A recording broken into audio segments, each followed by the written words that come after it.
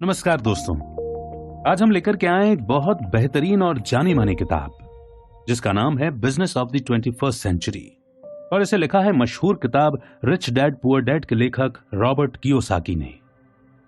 क्या आप उन लोगों में से हैं जो आर्थिक मंदी से जूझ रहे हैं? क्या आप भी खुद को मजबूर महसूस कर रहे हैं और ये नहीं जानते कि फाइनेंशियल तौर पर सिक्योर होने के लिए क्या करना चाहिए? क्या आप व्यावसायिक जगत में फैले भ्रष्टाचार पर क्रोधित हैं, वॉल स्ट्रीट और बड़े बैंक से नाराज हैं, या फिर आप खुद से नाराज हैं कि आपने समय रहते अपनी आर्थिक स्थिति की बागडोर क्यों नहीं थामी? अर्थव्यवस्था के बारे में शिकायतें करने से आपका आर्थिक भविष्य सुरक्षित नहीं होगा। यदि आप दौलत चाहते हैं तो आपको उसे बनाने की जरूरत है। आपको अपनी आमदनी के स्रोत को नियंत्रित करके अपने भविष्य की बागडोर अपने हाथों में लेने की जरूरत है, वो भी आज ही। और आप ये कैसे कर सकते हैं? इसकी जानकारी मिलेगी आपको इस ऑडियो बुक में। इस किताब में आपको मिलेंगे फाइनेंशियल फ्रीडम पाने के नियम और तरीके। साथ ही आप जानेंगे कि कैसे आप जितना चाहे उतना पैसा बना सकते हैं और उसे बचाकर भी रख सकते हैं। इस किताब में इस बात को भी समझाया गया है कि पैसा कैसे काम करता है और आप उन सारी बिजनेस अपॉर्चुनिटीज के बारे में जान पाएंगे जो आपको अपनी इच्छा से जीवन जीने में मदद करेंगी। इससे आपको अपने भविष्य को नियंत्रित करने और उसे संवारने की प्रेरणा मिलेगी। तब आप जान जाएंगे कि सोसाइटी के बनाए हुए घिसे पिटे रास्तों पर चलने के बजाय अपनी सूझबूझ का इस्तेमाल कैसे करना चाहिए। ये 21वीं सदी न सिर्फ अपना खुद का व्यवसाय शुरू करने का सही समय है, बल्कि शायद आज तक का सबसे बेहतरीन समय यही है। और कैसे इस समय का उपयोग करके आप अपने मजबूत भविष्य की नींव रख सकते हैं, ये भी जानेंगे आप इस ऑडियो बुक में। एक बार जब आप फाइनेंशियली सिक्योर होने के सारे सिद्धांत सीख जाएंगे तो उसके बाद आसानी से एक ऐसा मजबूत आधार बना पाएंगे जो आपको आपकी जिंदगी में वो सब कुछ देगा जो आप हमेशा से चाहते थे। तो बिना देरी किए सुने इस बेहतरीन ऑडियो बुक को और आज ही शुरू करें अपने सपनों का सफर।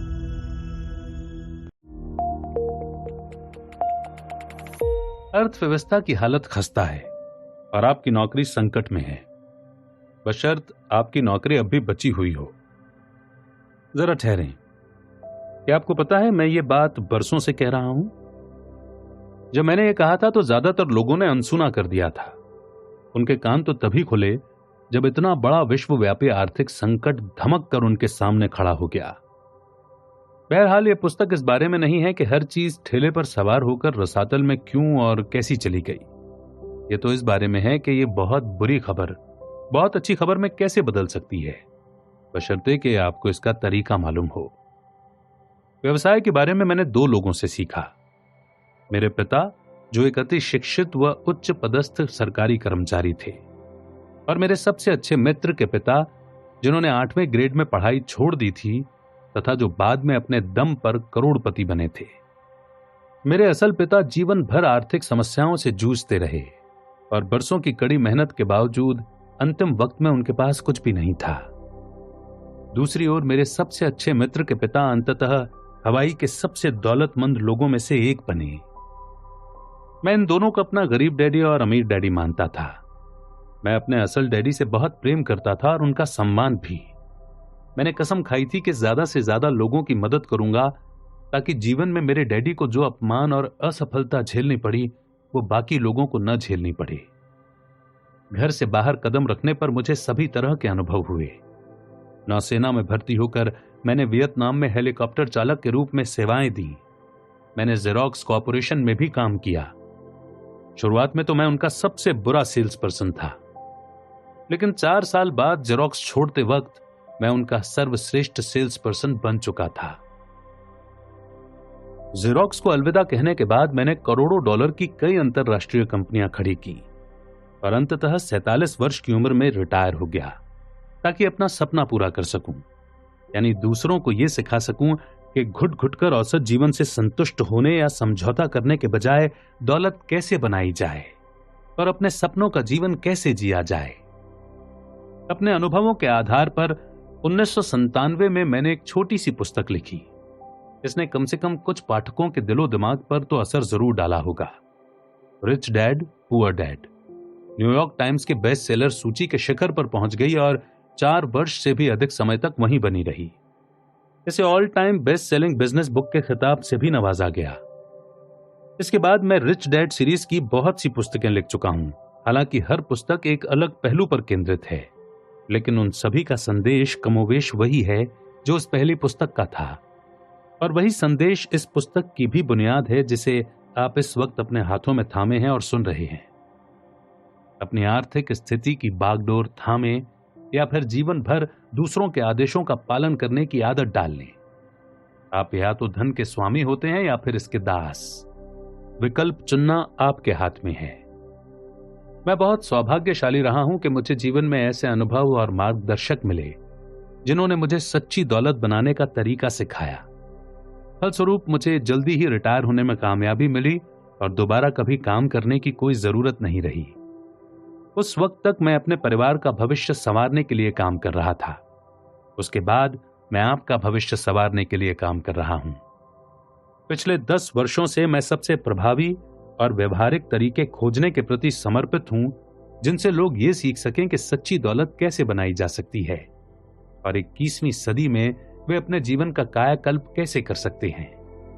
रिच डैड सीरीज की पुस्तकों के जरिए मेरे साझेदारों और मैंने कई प्रकार के उद्यमों तथा निवेश के बारे में लिखा है, लेकिन गहन शोध के इन वर्षों के दौरान मुझे एक खास बिजनेस मॉडल नजर आया। मुझे पूरा यकीन है कि इसमें बहुसंख्यक लोगों के सफल होने की सबसे ज्यादा संभावना है और इसकी मदद से वे अपने आर्थिक जीवन, भविष्य तथा भाग्य की बागडोर थाम सकते हैं।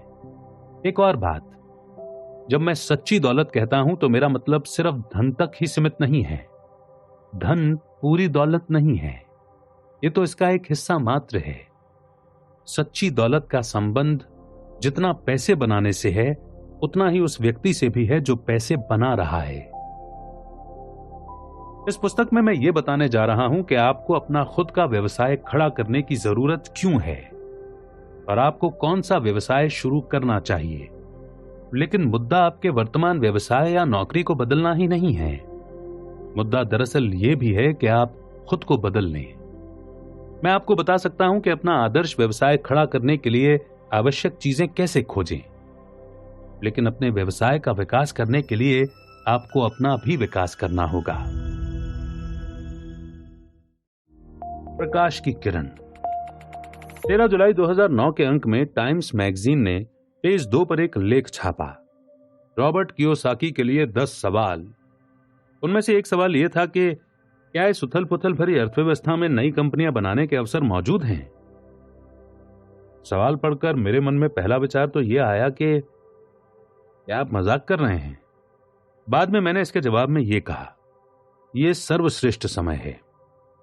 जब समय खराब होता है तभी सच्चे उद्यमी उभर कर सामने आते हैं।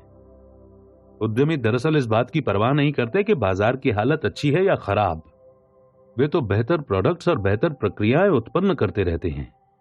इसलिए जब भी कोई कहता है कि अब तो अवसर कम हो गए, तो इसका कारण सिर्फ इतना है कि वे पराजित हो चुके हैं। अर्थव्यवस्था के बारे में आपको तमाम बुरी खबरें मालूम हैं। अच्छी खबर का इंतजार करें।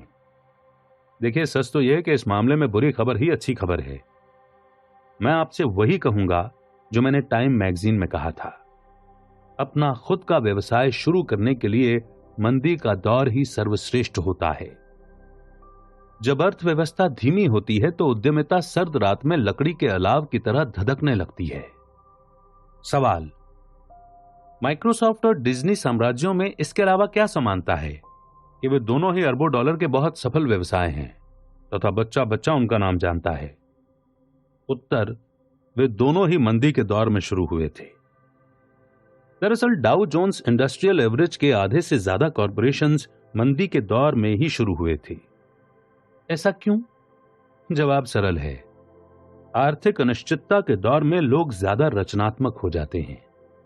वे अपने आरामदेह दायरे को तोड़कर बाहर आ जाते हैं और गुजारा करने के लिए पहल शक्ति का इस्तेमाल करते हैं। ये अच्छे पुराने जमाने की अमेरिकी उद्यमिता है अपने सर्वश्रेष्ठ रूप में।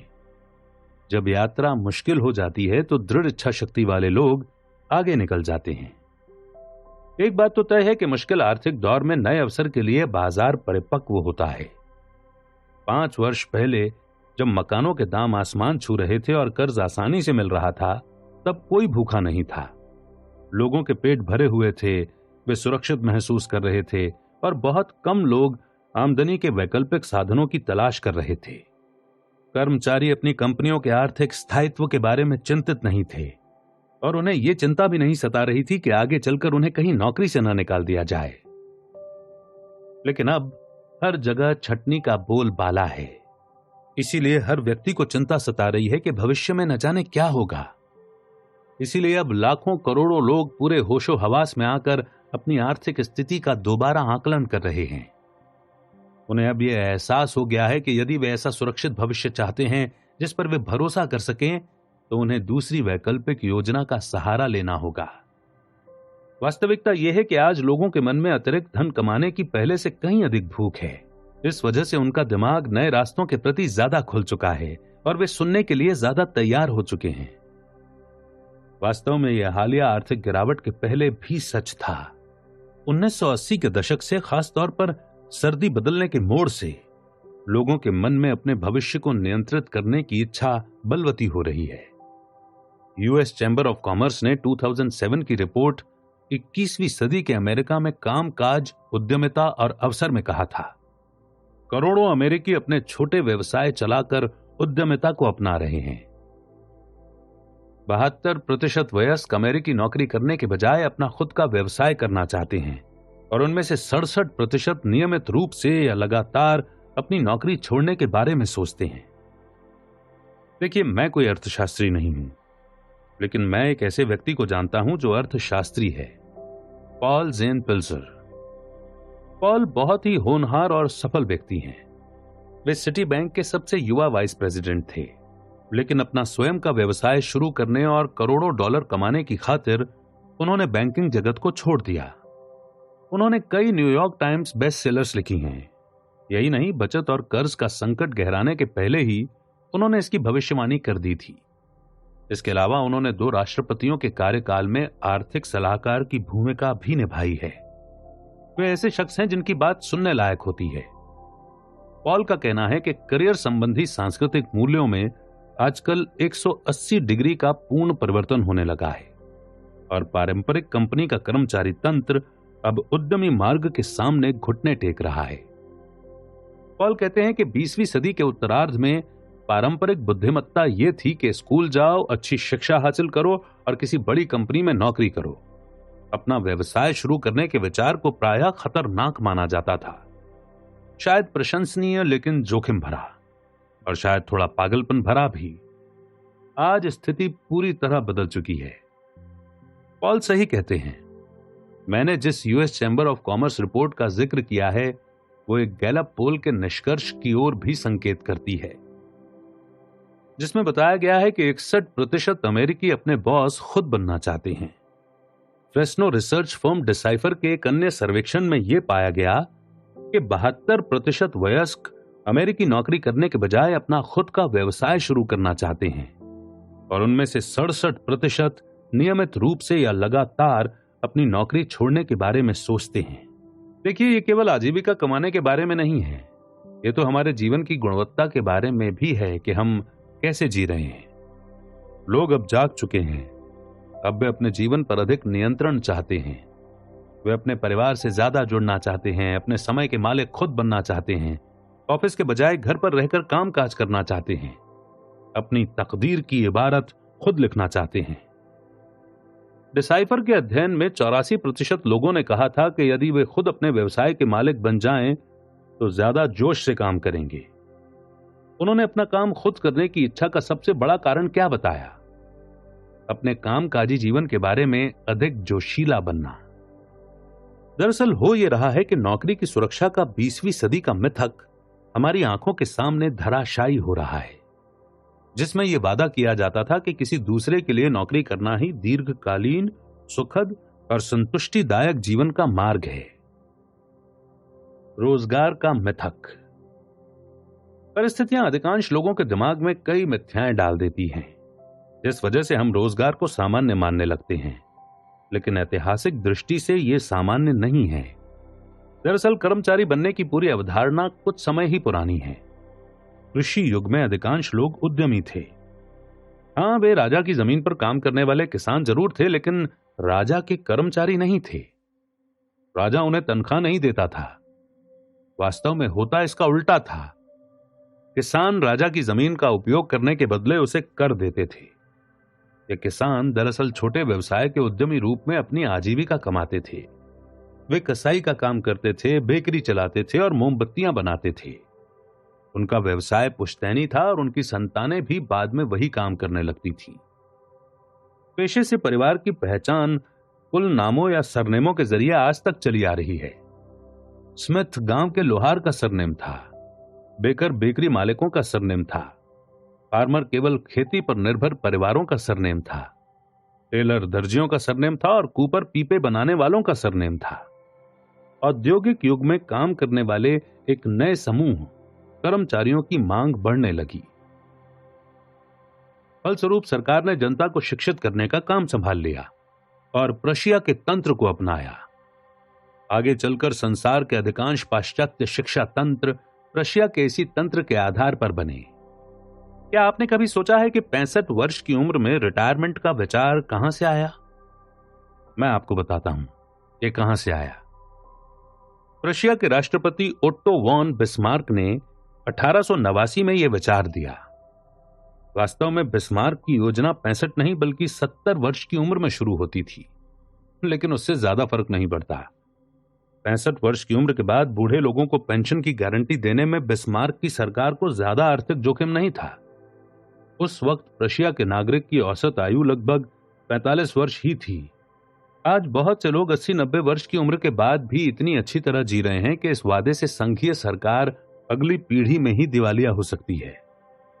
जब आप प्रशिया की शिक्षा नीति के बुनियादी दर्शन पर शोध करते हैं तो आप पाएंगे कि इसका उद्देश्य एक ऐसे सैनिक तथा कर्मचारी तैयार करना था जो हर आदेश का पालन करें और उनसे जो भी काम करने को कहा जाए वो बिना सोचे समझे चुपचाप कर दें। प्रशिया के तंत्र का लक्ष्य था बड़ी संख्या में कर्मचारियों का उत्पादन। 60 और 70 के दशक में अमेरिका, आईबीएम जैसी कंपनियों ने आजीवन रोजगार को नौकरी की सुरक्षा का स्वर्णिम पैमाना बना दिया। लेकिन 1985 के बाद स्वयं आईबीएम भी इस पैमाने पर खरी नहीं उतर पाई। उसके बाद से ठोस और विश्वसनीय कंपनियों में आजीवन करियर बनाने की अवधारणा पूर्णतः धराशायी होती चली गई। जीएम की जैसी स्थिति है वैसी ही राष्ट्र की स्थिति है। इसके आधी सदी बाद हम देखते हैं कि जीएम की स्थिति ज्यादा अच्छी नहीं है। क्या इसका मतलब यह है कि अमेरिका का पतन भी तय है? नहीं, लेकिन एक चीज का पतन तय है, कंपनी की सुरक्षा के मिथक और 40 साल की पेंशन योजना का पतन। उद्यमिता का बुखार। मैं ये नहीं कह रहा हूं कि नौकरी करना बुरी चीज है। मैं सिर्फ ये कह रहा हूं कि यह आमदनी कमाने का केवल एक तरीका है और यह एक ऐसा तरीका है जो बहुत ज्यादा सीमित है। इस वक्त हो यह रहा है कि लोग अब जागने लगे हैं और ये बात समझने लगे हैं। इन लोगों को, जिनमें आप भी शामिल हैं, ये एहसास होने लगा है कि वे जीवन में वाकई जो चाहते हैं उसे पाने का एकमात्र तरीका उद्यमी बनने के मार्ग पर कदम रखना है। और वैसे मैं ही वो एकमात्र व्यक्ति नहीं हूं जिसे यह दिख रहा है। आपने बैंकर टू द पुअर के लेखक मोहम्मद यूनुस का नाम सुना हो या नहीं, लेकिन ओस्लो की नोबल कमेटी ने उनका यह नाम अच्छी तरह से सुना है। सन 2006 में उन्हें तीसरी दुनिया के देशों के उद्यमियों को छोटे छोटे कर्ज देने की अवधारणा के लिए नोबल शांति पुरस्कार से सम्मानित किया गया था। यूनुस कहते हैं कि सभी लोग उद्यमी होते हैं, दिक्कत यह है कि कई लोगों को यह जानने का अवसर ही नहीं मिल पाता। उन्होंने ये बात 2007-2008 में अर्थव्यवस्था के धराशायी होने के पहले कही थी। तमाम बुरी आर्थिक खबरों के दौर में आज ज्यादा से ज्यादा लोग उस अवसर को सक्रियता से खोज रहे हैं जिसके बारे में यूनुस ने कहा था। उद्यमिता का बुखार तेजी से चढ़ता जा रहा है क्योंकि जब भी अर्थव्यवस्था मंदी पड़ती है उद्यमिता की सक्रियता बढ़ जाती है। दरअसल बुरे दौर में ही उद्यमी फलते फूलते हैं। कारण यह है कि अनिश्चितता के समय में ही हम आमदनी कमाने के दूसरे तरीकों की तलाश करते हैं। जब हमें पता चल जाता है कि हम अपनी कंपनी के भरोसे नहीं रह सकते तो हम अपनी परवाह खुद करने लगते हैं। तभी हम ये सोचते हैं कि शायद ये अपने आरामदेह दायरे को तोड़ने और पैसे को कमाने के लिए रचनात्मक होने का समय है। यूएस फेडरल रिजर्व के एक सर्वे से पता चलता है कि उद्यमियों की औसत घरेलू नेटवर्थ पारंपरिक कर्मचारियों के मुकाबले 5 गुना ज्यादा होती है। इसका अर्थ है कि इस बात की 5 गुना ज्यादा संभावना होती है कि इस मंदी से उद्यमियों को कोई नुकसान नहीं होगा, बल्कि इसके बाद वे पहले से भी ज्यादा सशक्त होंगे, क्योंकि उन्होंने अपनी खुद की शक्तिशाली अर्थव्यवस्था का निर्माण कर लिया है। एक हालिया सर्वे का निष्कर्ष था कि अधिकांश अमेरिकियों को यह यकीन है कि उद्यमिता ही वर्तमान आर्थिक संकट सुलझाने की कुंजी है। सर्वे के एग्जीक्यूटिव डायरेक्टर के अनुसार इतिहास ने बार बार दिखाया है कि नई कंपनियों और उद्यमियों की बदौलत ही कमजोर अर्थव्यवस्था सशक्त होती है। कोई मजाक नहीं है जो अधिकांश अमेरिकी इस बात पर यकीन करते हैं। आशा है कि वे अपने सोफे पर पसरना छोड़ देंगे और इस बारे में सचमुच कुछ करेंगे। यह संभव है। हालांकि मैं इस बात की शर्त नहीं लगा पा रहा हूं, लेकिन हाल फिलहाल जिस कमजोर अर्थव्यवस्था को उद्यमिता के जरिए सशक्त होते देखने में मेरी सबसे ज्यादा रुचि है, वो आपकी अर्थव्यवस्था है। अधिकांश लोगों के लिए यह मुश्किल आर्थिक दौर हो सकता है, लेकिन कुछ उद्यमियों के लिए जिनका दिमाग इतना खुल चुका है कि वे उस बात को समझ सकते हैं जिसे मैं अगले कुछ अध्यायों में समझाने जा रहा हूं, यह आर्थिक संभावना से भरपूर दौर भी है। न सिर्फ यह खुद का व्यवसाय शुरू करने के लिए सही समय है, बल्कि वास्तव में इससे बेहतर समय कभी रहा ही नहीं है। जैसा मैंने कहा था कि जब यात्रा मुश्किल हो जाती है तो दृढ़ इच्छा शक्ति वाले लोग आगे निकल जाते हैं। अगर यह सच है और यह 100% सच है, तो केवल 2 ही प्रश्न रह जाते हैं। पहला, क्या आप में दृढ़ इच्छा शक्ति है? यदि आपका उत्तर हां है, तो दूसरा प्रश्न है कि आप किस राह पर चलें। मैं आपकी ओर से पहले प्रश्न का उत्तर तो नहीं दे सकता, लेकिन मुझे पूरी तरह से मालूम है कि दूसरे प्रश्न का उत्तर कैसे दिया जाए। यह पूरी पुस्तक इसी प्रश्न का उत्तर देने के बारे में है। आप कहां रहते हैं? तो आप बरसों से कड़ी मेहनत कर रहे हैं और तरक्की की सीढ़ी पर चढ़ रहे हैं। हो सकता है कि आप अब भी सीढ़ी के निचले सिरे के करीब हों या फिर संभवतः शिखर के नजदीक पहुंचने में कामयाब हो गए हों। वैसे महत्वपूर्ण यह नहीं है कि आप सीढ़ी पर कहां हैं। महत्वपूर्ण प्रश्न तो वो है जिसे आप सीढ़ी पर चढ़ने के काम में इतनी सारी मेहनत और समय लगाने के पहले पूछना भूल गए। आपकी सीढ़ी रखी कहां है? जैसा स्टीफन आर कवी ने बताया है कि यदि सीढ़ी गलत दीवार से टिकी हो तो इससे कोई फर्क नहीं पड़ता कि आप उस पर कितनी तेजी से चढ़ते हैं या कितनी ऊंचाई पर पहुंचने में कामयाब होते हैं। इस अध्याय का उद्देश्य केवल यह है कि आप बस 1 मिनट के लिए सीढ़ी पर चढ़ना छोड़ दें, जिस पायदान पर हो वहीं रुक जाएं और गौर से देखें कि आपकी सीढ़ी कहां रखी है। और जहां यह है, यदि आप उस जगह से खुश नहीं हैं, तो यह पता लगाएं कि आप उसे हटाकर किस दीवार से टिकाना चाहते हैं। आप जो पैसा बनाते हैं वो कैसे बनाते हैं? अधिकांश लोग ये मानते हैं कि उनकी आर्थिक स्थिति इस बात से पता चलती है कि वे कितना ज्यादा कमाते हैं या उनके पास कितनी ज्यादा संपत्ति है, या इन दोनों का कोई तालमेल। बेशक आर्थिक स्थिति के समीकरण में ये दोनों बातें कुछ हद तक शामिल हैं। फोर्ब्स पत्रिका के अनुसार अमीर वो होता है जो हर साल $1 मिलियन से अधिक कमाता है, हर महीने लगभग $83,333 या प्रति सप्ताह लगभग $20,000, और गरीब वो होता है जो साल भर में $25,000 से कम कमाता है। लेकिन इस बात को अनदेखा न करें कि आपकी आमदनी की गुणवत्ता उसकी मात्रा से ज्यादा महत्वपूर्ण होती है। दूसरे शब्दों में सिर्फ यही महत्वपूर्ण नहीं है कि आप कितना ज्यादा कमाते हैं, बल्कि यह भी है कि आप उसे कैसे कमाते हैं। पैसा आता कहां से है? दरअसल कैश फ्लो के 4 अलग अलग स्रोत होते हैं। हर स्रोत दूसरे स्रोत से बहुत अलग होता है। प्रत्येक स्रोत एक बिल्कुल अलग जीवन शैली को परिभाषित और तय करता है। चाहे आप कितना ही पैसा कमाते हों। रिच डैड पुअर डैड प्रकाशित होने के बाद मैंने आमदनी के इन 4 भिन्न संसारों की व्याख्या करने के लिए एक पुस्तक लिखी थी। कई लोगों का मानना है कि कैश फ्लो क्वाड्रेंट नाम की यह पुस्तक मेरे द्वारा लिखी गई सबसे महत्वपूर्ण पुस्तक है। कारण यह है कि यह पुस्तक उन मुद्दों की तह तक जाती है जिन्हें समझना उन लोगों के लिए अनिवार्य है जो अपने जीवन में सच्चा परिवर्तन करने को तैयार हैं। कैश फ्लो क्वाड्रेंट का अर्थ है नकद आमदनी उत्पन्न करने वाले विभिन्न स्रोत। मिसाल के तौर पर एक कर्मचारी नौकरी में किसी दूसरे व्यक्ति या कंपनी के लिए काम करके पैसा कमाता है। सेल्फ एम्प्लॉयड लोग अपने लिए काम करके पैसे कमाते हैं, चाहे वे अकेले काम करें या अपने छोटे से व्यवसाय के माध्यम से। व्यवसाय का मालिक आमदनी प्रदान करने वाली किसी बड़ी कंपनी का स्वामी होता है, जिसकी आम परिभाषा यह है कि उसमें 500 या इससे अधिक कर्मचारी काम करते हों। निवेशक अपने विभिन्न निवेशों से धन कमाते हैं, दूसरे शब्दों में पैसा और अधिक पैसा उत्पन्न करता है। ई से एम्प्लॉय यानी कि कर्मचारी, एस से सेल्फ एम्प्लॉयड यानी कि छोटा व्यापारी, बी से बिजनेसमैन यानी कि व्यवसाय का स्वामी और आई से इन्वेस्टर यानी कि निवेशक। आप किस क्वाड्रेंट में रहते हैं? दूसरे शब्दों में अपने जीवन यापन के लिए अधिकतर आमदनी आपको किस क्वाड्रेंट से प्राप्त होती है? ई क्वाड्रेंट। हम में से अधिकांश लोग ई क्वाड्रेंट के भीतर ही सीखते हैं, जीते हैं, प्रेम करते हैं और इस दुनिया से विदा हो जाते हैं।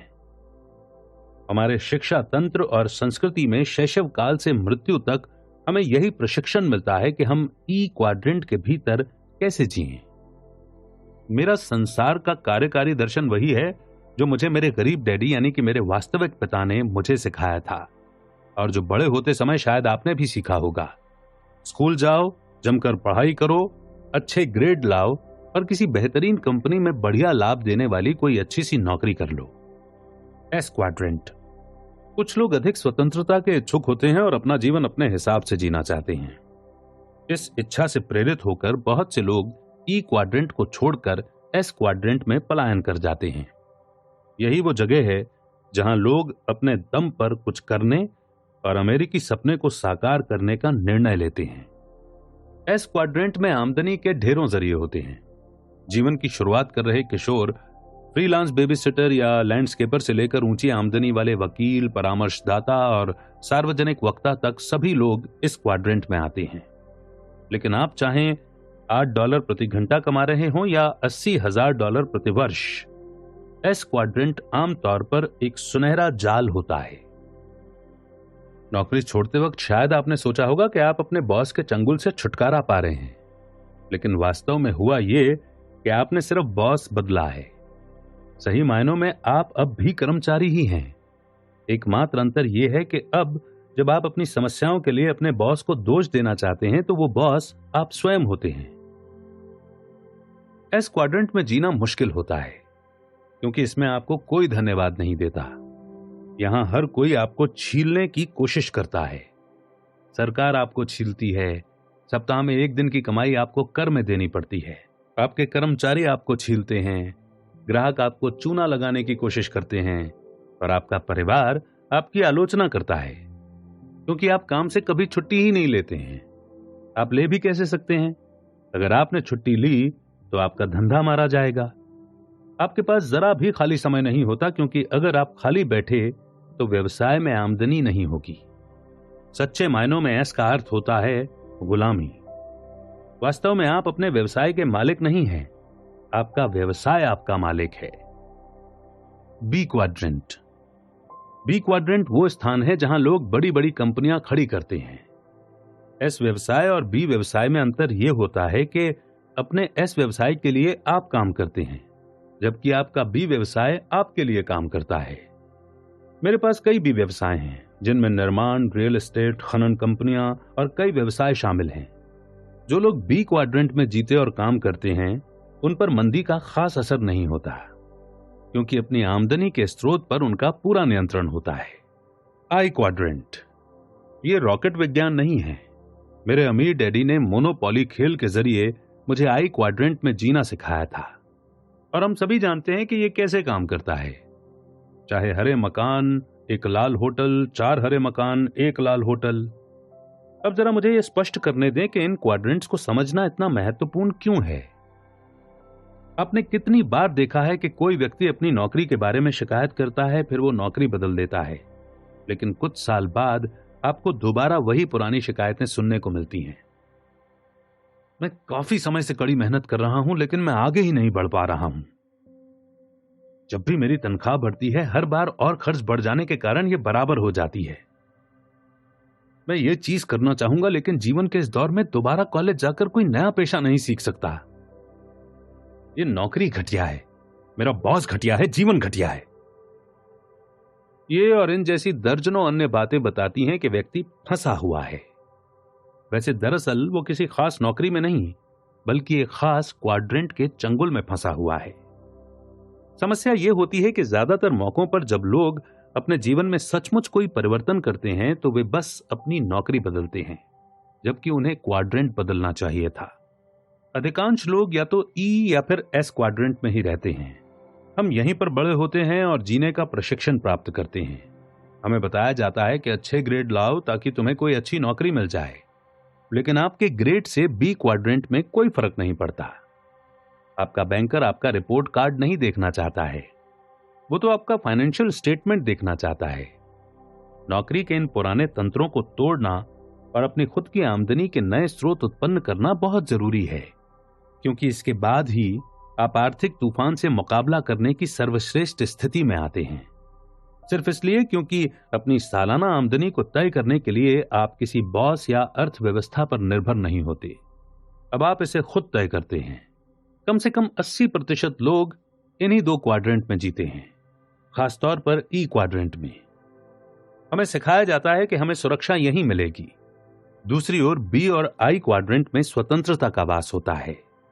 यदि आप उस हिस्से में जीना चाहते हैं तो आप इसे संभव बना सकते हैं, लेकिन यदि आप ई और एस वाले हिस्से की तुलनात्मक सुरक्षा चाहते हैं तो मैं यहां जो बताने जा रहा हूं वो शायद आपके लिए नहीं है। ये एक ऐसा निर्णय है जिसे सिर्फ आप ही ले सकते हैं। आप किस क्वाड्रेंट में रहते हैं? आप किस क्वाड्रेंट में रहना चाहते हैं? आपके बुनियादी आर्थिक जीवन मूल्य। 4 क्वाड्रेंट्स महज 4 अलग अलग व्यावसायिक तंत्र ही नहीं हैं। ये तो 4 अलग अलग मानसिकताओं के सूचक हैं। आप अपनी बुनियादी आमदनी किस क्वाड्रेंट से कमाने का चुनाव करते हैं, उसका बाहरी परिस्थितियों, आपकी शिक्षा, प्रशिक्षण, अर्थव्यवस्था या आपके आसपास उपलब्ध अवसरों से बहुत कम संबंध है। इसका ज्यादा संबंध तो इस बात से है कि आप बुनियादी तौर पर कौन हैं, आपकी शक्तियां, कमजोरियां और मूलभूत रुचियां। इसका संबंध तो आपकी बुनियादी आर्थिक जीवन मूल्यों से है। यही बुनियादी भिन्नताएं हमें अलग अलग क्वाड्रेंट्स के प्रति आकर्षित या विकर्षित करती हैं। इसे समझना महत्वपूर्ण है, क्योंकि इसका मतलब यह है कि ई या एस क्वाड्रेंट को छोड़कर बी क्वाड्रेंट में पहुंचना उतना सरल नहीं है जितना कि पोस्ट ऑफिस जाकर अपना पता बदलने का फॉर्म भरना। आप न सिर्फ वो बदलते हैं जो आप करते हैं, बल्कि बहुत ही सच्चे मायने में आप खुद को भी बदलते हैं, या कम से कम अपने सोचने के तरीके को तो बदल ही लेते हैं। हो सकता है कि कुछ लोगों को कर्मचारी बने रहना अच्छा लगता हो, लेकिन बाकी लोग इससे नफरत करते हैं। कुछ लोग कंपनियों के मालिक तो बनना चाहते हैं, लेकिन उन्हें चलाना नहीं चाहते। कुछ लोगों को निवेश से प्रेम होता है, जबकि दूसरों को इसमें पैसा गंवाने का जोखिम ही जोखिम नजर आता है। हम में से अधिकांश लोगों में ये सभी प्रवृत्तियां कम या अधिक मात्रा में मौजूद रहती हैं। इस बात पर गौर करना भी महत्वपूर्ण है कि आप इन चारों क्वाड्रेंट्स में ही अमीर या गरीब बन सकते हैं। हर क्वाड्रेंट में लोगों ने करोड़ों रुपए कमाए हैं, और ऐसे भी लोग हैं जो हर क्वाड्रेंट में दिवालिया हुए हैं। ये बात गांठ बांध लें कि किसी क्वाड्रेंट में रहने भर से ही आपकी आर्थिक सफलता सुनिश्चित नहीं हो जाती। लोगों की बातचीत सुनकर ही आप समझ सकते हैं कि वे किस क्वाड्रेंट में रहते हैं। जब मैं 9 साल का था तो मैं अपने अमीर डैडी के साथ बैठने लगा था, जब वे कर्मचारियों की नियुक्ति करते समय उनका इंटरव्यू लेते थे। इन इंटरव्यूज से मैंने यह सीखा कि शब्दों के माध्यम से लोगों के बुनियादी जीवन मूल्यों को कैसे समझा जाए। मेरे अमीर डैडी कहते थे कि वे जीवन मूल्य उनकी आत्माओं से निकलते थे। यहां हर क्वाड्रेंट से निकलने वाले कुछ प्रमुख वाक्य बताए जा रहे हैं, जिनमें से प्रत्येक के बुनियादी जीवन मूल्य का एक रेखा चित्र भी है। ई क्वाड्रेंट के जीवन मूल्य। मैं एक सुरक्षित नौकरी की तलाश कर रहा हूं जिसमें अच्छी तनख्वाह मिले और उसके अलावा उत्कृष्ट लाभ भी मिलते रहें। ई क्वाड्रेंट में रहने वाले व्यक्ति का बुनियादी जीवन मूल्य होता है सुरक्षा। हो सकता है कि आप किसी कंपनी के वाइस प्रेसिडेंट हों और आपको मोटी तनख्वाह मिलती हो, लेकिन इसके बावजूद आपके बुनियादी जीवन मूल्य कंपनी के गेटकीपर जैसे हों, जिसे आपसे 10 गुना कम तनख्वाह मिलती है। ई क्वाड्रेंट वाला व्यक्ति, चाहे वो गेट कीपर हो या प्रेसिडेंट, अक्सर ऐसे शब्द सोचता या कहता है, मैं फायदों वाली किसी सुरक्षित नौकरी की तलाश कर रहा हूं, या ओवर टाइम के लिए हमें कितना मिलेगा, या हमें कितनी सवैतनिक छुट्टियां मिलेंगी।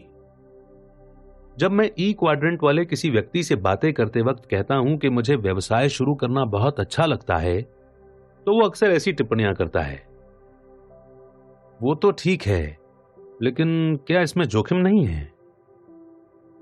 हम सभी जीवन को अपने बुनियादी जीवन मूल्यों के चश्मे से देखते हैं। मुझे जो चीज रोमांचक लगती है, हो सकता है कि वो किसी दूसरे को डरावनी लगे। इसीलिए ई और एस क्वाड्रेंट के लोगों के साथ रहते वक्त मैं आमतौर पर मौसम, खेल या टेलीविजन कार्यक्रमों के बारे में ही बातचीत करता हूं। एस क्वाड्रेंट के जीवन मूल्य। अगर आप कोई काम सही चाहते हैं तो उसे खुद करें। एस क्वाड्रेंट के लोगों का बुनियादी जीवन मूल्य होता है स्वतंत्रता। वे अपना मनपसंद काम करने की स्वतंत्रता चाहते हैं। जब कोई व्यक्ति कहता है कि मैं नौकरी छोड़कर अपना खुद का काम धंधा शुरू करने जा रहा हूं, तो समझ लीजिए कि वो ई क्वाड्रेंट से एस क्वाड्रेंट की ओर कदम बढ़ा रहा है। एस क्वाड्रेंट में छोटे व्यापारी, किराना दुकानों के मालिक, विशेषज्ञ और परामर्शदाता आते हैं। मिसाल के तौर पर मेरा एक मित्र अमीरों के घरों में बड़े स्क्रीन वाले टेलीविजन, फोन सिस्टम और सिक्योरिटी सिस्टम लगाता है। अपनी मदद के लिए उसने 3 कर्मचारी रख लिए हैं और वो सिर्फ इन 3 लोगों का बॉस बनकर ही खुश है। वो पक्का और मेहनती एस है। रियल एस्टेट एजेंट्स, बीमा ब्रोकर्स आदि कमीशन पर काम करने वाले सेल्स पीपल्स भी एस क्वाड्रेंट में ही आते हैं। एस क्वाड्रेंट में पेशेवर लोग भी भरे पड़े हैं, जैसे डॉक्टर, वकील और अकाउंटेंट्स, जो किसी बड़ी चिकित्सकीय, कानूनी या अकाउंटिंग कंपनी में काम न करते हों। एस क्वाड्रेंट में रहने वाले लोग अक्सर अपने दिमाग या हाथों के काम पर बहुत गर्व करते हैं। यदि उनका कोई सूत्र वाक्य होता है तो वो ऐसा होता है, कोई भी इसे मुझसे बेहतर तरीके से नहीं करता है, या फिर ये होता है, मेरा तरीका ही सबसे सही है। बहरहाल, स्वतंत्रता के मुखौटे के पीछे आपको प्रायः यह दिखेगा कि व्यवसाय के प्रति उस व्यक्ति की नीति में विश्वास का अभाव है। उसकी यही नीति जीवन के प्रति भी होती है, क्योंकि हम जिस प्रकार अपने व्यवसाय को देखते हैं, उसी से पता चलता है कि हम हर चीज को किस प्रकार देखते हैं। एस क्वाड्रेंट के व्यक्ति को प्रायः कमीशन मिलता है या फिर किसी काम में लगे समय के आधार पर भुगतान मिलता है। मिसाल के तौर पर इस क्वाड्रेंट का व्यक्ति इस प्रकार के शब्द कह सकता है, मेरा कमीशन कुल खरीदी के भाव का 6% है, या मेरी फीस $100 प्रति घंटा है, या लागत के अलावा मैं 10% फीस लेता हूं। जब भी मैं ई या एस क्वाड्रेंट के किसी व्यक्ति से मिलता हूं जिसे बी क्वाड्रेंट में रूपांतरण करने में मुश्किल आ रही होती है, तो मुझे आमतौर पर ऐसा व्यक्ति दिखता है जिसकी तकनीकी या प्रबंधन योग्यताएं तो बेहतरीन हैं, लेकिन उसमें नेतृत्व की योग्यता का बहुत अभाव है। मेरे अमीर डैडी कहा करते थे, यदि आप किसी टीम के लीडर हैं और साथ ही टीम के सबसे स्मार्ट व्यक्ति भी हैं, तो आपकी टीम संकट में है। एस क्वाड्रेंट वाले लोग प्रायः टीमों के साथ ज्यादा अच्छा काम नहीं कर पाते। उनमें थोड़े अहम की समस्या भी हो सकती है। एस से बी क्वाड्रेंट में छलांग लगाने के लिए आपको तकनीकी नहीं बल्कि नेतृत्व योग्यताओं में ऊंची छलांग लगाने की जरूरत होती है। जैसा मैं पहले भी कई बार कह चुका हूं कि असली दुनिया में ए ग्रेड वाले विद्यार्थी प्रायः सी ग्रेड वाले विद्यार्थियों के लिए काम करते हैं और बी ग्रेड वाले विद्यार्थी सरकार के लिए काम करते हैं। यदि आपने कभी खुद को यह कहते सुना हो कि अगर आप कोई काम सही चाहते हैं तो उसे खुद करें, या आप खुद ऐसा सोचते हो, तो शायद ये अच्छा समय है कि आप इस जीवन दर्शन का गौर से अवलोकन करें। बी क्वाड्रेंट के जीवन मूल्य। अपनी टीम में शामिल करने के लिए मैं सर्वश्रेष्ठ लोगों की तलाश कर रहा हूं। बी क्वाड्रेंट के लोगों का बुनियादी जीवन मूल्य होता है दौलत बनाना। जो लोग शून्य से शुरुआत करके बेहतरीन बी क्वाड्रेंट व्यवसाय बनाते हैं, वे अक्सर प्रबल उद्देश्य वाले होते हैं। वे बेहतरीन टीम तथा उत्कृष्ट टीम वर्क को महत्व देते हैं। वह अधिकाधिक लोगों की सेवा करना चाहते हैं या उनके साथ काम करना चाहते हैं। एस क्वाड्रेंट वाला व्यक्ति अपने क्षेत्र में सर्वश्रेष्ठ बनना चाहता है। जबकि बी क्वाड्रेंट वाला व्यक्ति ऐसे लोगों को अपनी टीम में रखना चाहता है जो उनके क्षेत्रों में सर्वश्रेष्ठ हों। हेनरी फोर्ड खुद को अपने से ज्यादा स्मार्ट लोगों से घेरे रखते थे। प्रायः एस क्वाड्रेंट वाला व्यवसायी कमरे में मौजूद सबसे स्मार्ट या योग्य व्यक्ति होता है, लेकिन यह बी क्वाड्रेंट वाले व्यवसायी के मामले में सच नहीं होता। जब आप बी क्वाड्रेंट के किसी व्यवसाय के मालिक होते हैं तो आपको अक्सर अपने से ज्यादा चतुर, अनुभवी और सक्षम लोगों से व्यवहार करना पड़ता है। मेरे अमीर डैडी के पास कोई औपचारिक शिक्षा नहीं थी, लेकिन मैं उन्हें बैंकर्स, वकीलों, अकाउंटेंट्स, निवेश सलाहकारों और विशेषज्ञों के साथ सफलतापूर्वक बातचीत करते देखता था, जिनमें से कई के पास बहुत ऊंची ऊंची डिग्रियां होती थी। अपने विभिन्न व्यवसायों के लिए पूंजी जुटाते वक्त उन्हें अक्सर ऐसे लोगों से संपर्क करना पड़ता था जो उनसे कहीं ज्यादा अमीर होते थे। यदि वे इस सूत्र वाक्य के अनुसार जीते, अगर आप कोई काम सही चाहते हैं तो उसे खुद से करें, तो वे अंततः पूरी तरह असफल हो जाते। जब आमदनी की बात आती है तो सच्चा बी क्वाड्रेंट वाला व्यक्ति बीसा साबित होता है। वो अपना व्यवसाय छोड़कर कहीं चला भी जाए तो भी उसे आमदनी होती रहेगी। दूसरी ओर यदि एस क्वाड्रेंट का कोई व्यक्ति काम करना छोड़ दे तो अधिकांश मामलों में उसकी आमदनी भी रुक जाएगी। इसीलिए इसी वक्त आपको खुद से यह सवाल पूछना चाहिए कि अगर मैं आज काम करना छोड़ दूं तो इसके बाद भी मुझे कितनी आमदनी होती रहेगी। यदि आपकी आमदनी 6 महीने या उससे कम वक्त में खत्म हो जाती है तो इस बात की संभावना है कि आप ई या एस क्वाड्रेंट में रह रहे हैं।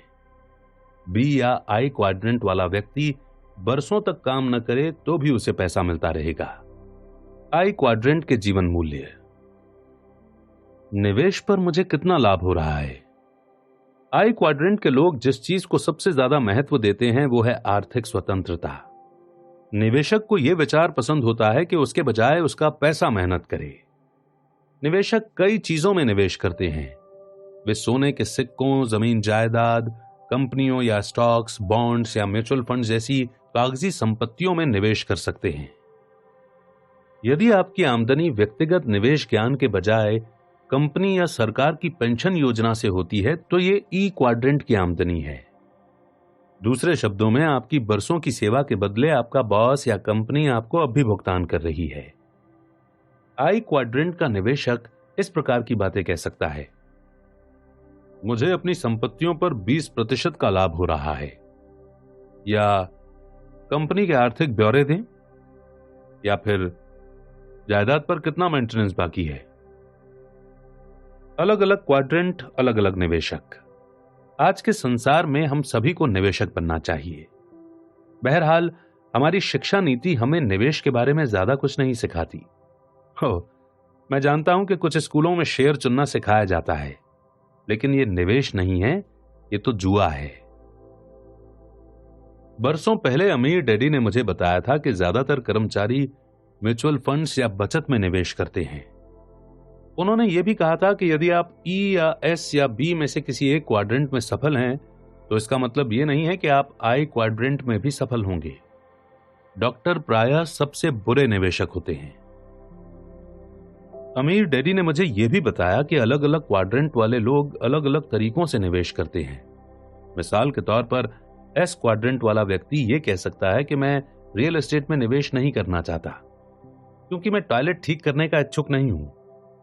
निवेश की यही चुनौती सामने आने पर बी क्वाड्रेंट वाला व्यक्ति कह सकता है कि रात को टॉयलेट की मरम्मत कराने के लिए मैं किसी अच्छी प्रॉपर्टी मैनेजमेंट कंपनी की सेवाएं ले सकता हूं। दूसरे शब्दों में एस क्वाड्रेंट वाला निवेशक यह सोचेगा कि उसे जायदाद की देखरेख खुद करनी है, जबकि बी क्वाड्रेंट का निवेशक सही देखभाल करवाने के लिए किसी दूसरी कंपनी की सेवाएं लेगा।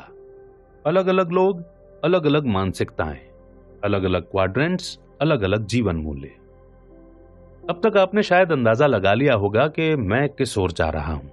यह दरअसल एक बहुत आसान सी चीज से तय होता है। यदि आप अमीर बनना चाहते हैं तो आपको अपने रहने का स्थान बदलना होगा। इसके लिए आपको किसी नई नौकरी की जरूरत नहीं है, आपको तो एक नए पते की जरूरत है। यदि आप अपने जीवन और तकदीर पर नियंत्रण पाना चाहते हैं, यदि आप वास्तविक स्वतंत्रता यानी अपने मन चाहे निशाने लगाने, अपने परिवार के साथ और अकेले समय बिताने, अपने मनपसंद काम करने की स्वतंत्रता चाहते हैं, अगर आप वैसा जीवन, जोश भरा, रोमांचपूर्ण और संतुष्टि भरा जीवन जीना चाहते हैं जिसके लिए आपको इस पृथ्वी पर भेजा गया है, यानी संक्षेप में अगर आप अमीर बनना चाहते हैं और अमीरों जैसा जीवन जीना चाहते हैं, तो अब समय आ गया है कि आप अपना बोरिया बिस्तर बांधकर किसी दूसरी जगह पर चले जाएं।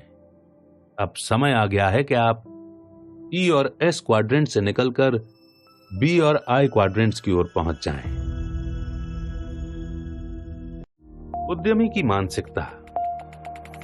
कॉलेज पूरा करने के बाद मैंने एमबीए करने के लिए एक पारंपरिक बिजनेस स्कूल में नाम लिखा लिया ताकि मैं एक प्रशिक्षित और शिक्षित उद्यमी बन सकूं।